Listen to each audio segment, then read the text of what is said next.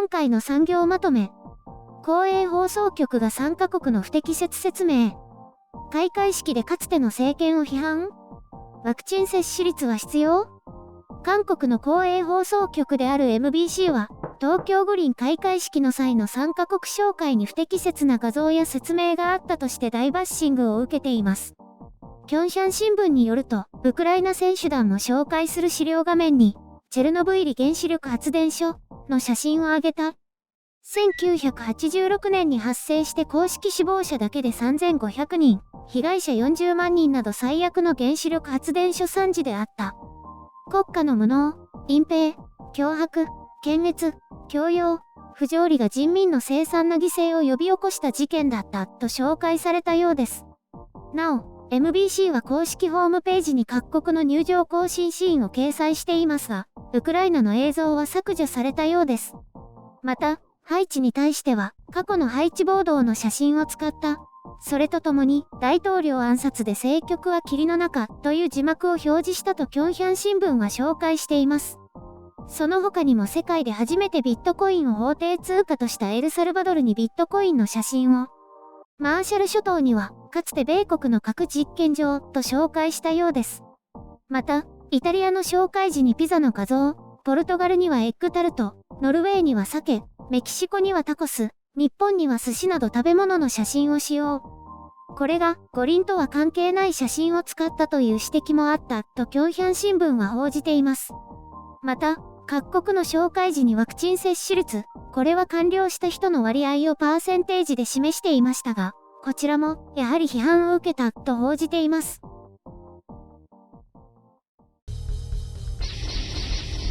編集所感。今回の概要。国の何を紹介したいのか。一人当たりの GDP いる？ MBC の謝罪。せっかくなので VPN で接続して MBC のホームページに行ってきましたよ。とりあえず入場行進は全部見ました。これくらいは取材しないとね。まず私が目についたのがワクチン接種率。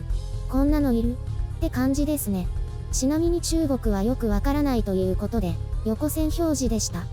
あと、いくつかの国も横線でしたね。どこかしらは 0.0% と表示されていました。エジプトも低かったなぁ。って、こんなの必要？全く意味がわかりませんね。この映像を未来英語を残していくことになりますけど、一体どういう意図が？誰も突っ込まないでしょうから話しておきますが、一人当たりの GDP も全ての国に表示していました。こんなもの必要？全く不要でしょ。何？韓国がどこより上だとか示したいわけ？例えば韓国を紹介するときには一人当たりの GDP をわざわざ言うってこと？何かよく意味がわかりませんね。かつての途上国が力をつけてきて発言力を増したり、態度が大きくなったりする典型例が韓国だと以前話しましたが、本当にそんな感じ？ネットでは MBC に集中砲火を浴びせていますが、最近の韓国メディアがやっていることがここに出てきただけだと思いますね。もちろん国を誇りに思ってそれを知らしめるのは自由ですが、先進国ぶって他の国を低く見るような態度が現れたのではないでしょうか。写真についてはもっと統一感を出した方が良かったように思いました。食べ物とか必要なの？じゃあ韓国の時にキムチの写真が出たかというと、出ませんでした。イスンシンの像だっけ？とか BTS が表示されましたね。エクアドルの紹介の時にはガラパゴスゾウガメが出てきましたけど、なんかずれていると思いましたね。セルビアの紹介の時にテニスのジョコビッチ選手を使ったのはまあ理解できるとしましょう。今回参加してるしね。しかしスウェーデンの時にサッカー選手イブラヒモビッチを表示するのはどうなんでしょう。そもそも今回出場しないし。なんか数人の担当者のイメージだけで全体を作り上げたように思いますね。まあ、極端に言えば偏見ですかね。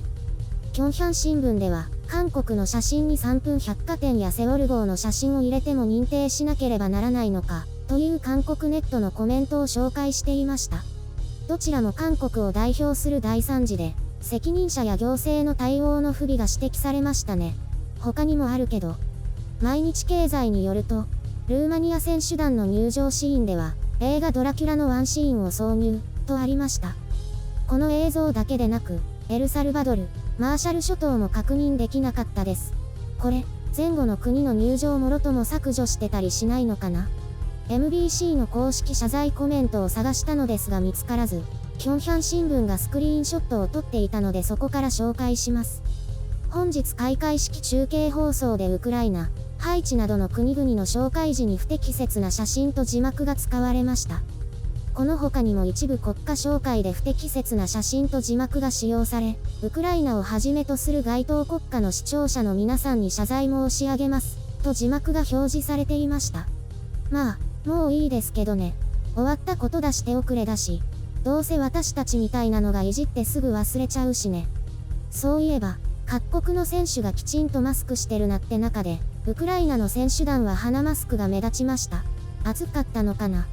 でもこれで感染してたらシャレにならないですよね。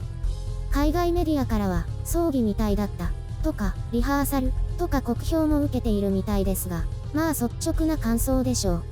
私はシンプルだけど、一応できたし、それなりに選手たちも楽しそうだったので別にこれでもいいのかなと思いますね。ちょっと笑えたしね。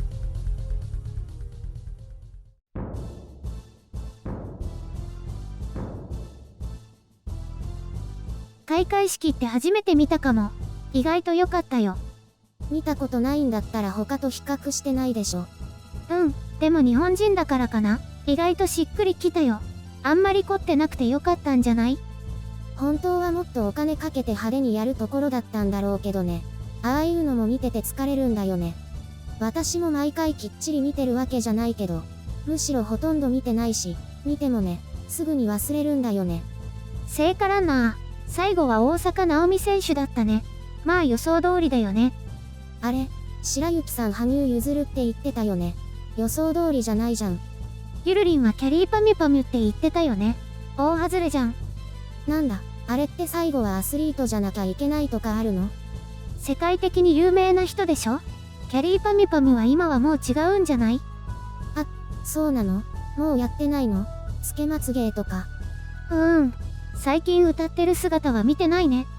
そういえば白鵬はどうなったの？横綱で土俵入りするとか言ってたけど。呼ばれなかったんじゃない？ずっと休んでたんでしょ？ああ、それが響いたのか。相撲協会としてもやりたかっただろうに。そういえば開会式長引いたよね。3時間半以上やってたよね。選手がのんびり入ってくるから押したんじゃないかな。なんか、東京でオリンピックやってるって感じしないね。日本のどこか他の場所でやってるみたい。わかる。いつもと雰囲気が変わらないからじゃないかな。でも人でごった返さなくて静かだよね。そうだね。外国人どころか、普通の人もあんまり見ないしね。日本だけじゃなくて世界的に賛否両論が飛び交う中での開催になったからね。また色々言われたりするんだろうね。こんな調子で中国はどうなるんだろうね。うちわで派手にやるんじゃないの？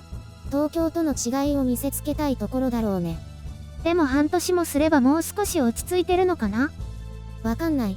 冬で感染再拡大してるかも。集まれ、白雪姫のてんこ盛り。エステサロンって行ったことある？一回体験で行ったことあるかな。それっきり。何年も前に一度だけ行ったエステで忘れられないことがあるんだよ。それは地元のフリーペーパーに掲載されていたんだ。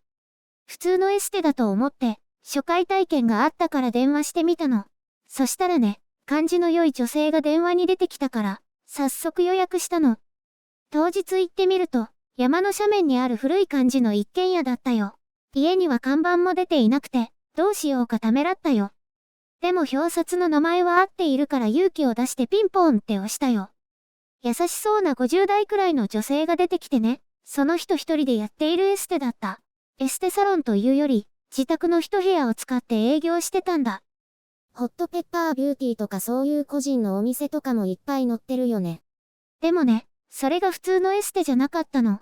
なんかね、手をかざしたら、そのものの本当の中身がわかる力を持っているっていうエステティシャンだったの。うわ、そっち系。整体とかでもたまにそういう怪しい系あるって聞くけど。あ、その人が自分でそう言ってたんだよ。動物とか、人とか、物とか、あらゆるものの気持ちがわかるんだとか言ってた。それでね、お茶をいただきながらカウンセリングから始まったんだけどね、その時テーブルの上に少し黒くなったバナナが置いてあったの。そしたらそのエステティシャンが突然そのバナナの上に手をかざしてね、このバナナの声が私には聞こえるんですって言うの。聞きたいですかって言うから、とりあえず、はいって答えたの。私も聞きたいな。バナナの声。そしたらね、その人がこう言ったんだ。私はもうすぐ腐ってしまう。だから早く食べてほしいなって声が聞こえますって。そんなの私でもわかるわ。今こうして話してみると笑い話に聞こえるでしょ？でもなんかちょっとしたオーラを放っていた人だったから、その時は、この人、すごいって思っちゃったんだよね。ああ。ちょっと、大丈夫？チャクラとか言ってたかな？忘れちゃったけど、あらゆるものの気持ちがわかるから、優しい気持ちになれるんですよとかいう話をしてたよ。そんな話を30分ほどした後に、フェイシャルエステをしてもらったんだ。家に帰ってからよく考えたら、なんだそれって目覚めて、2回目は行くことはなかったんだけど、あのエステサロン、まだ元気にやってるのかな？それ結局いくらだったの？体験は3000円だったよ。自宅だからまだ細々とやってるかもね。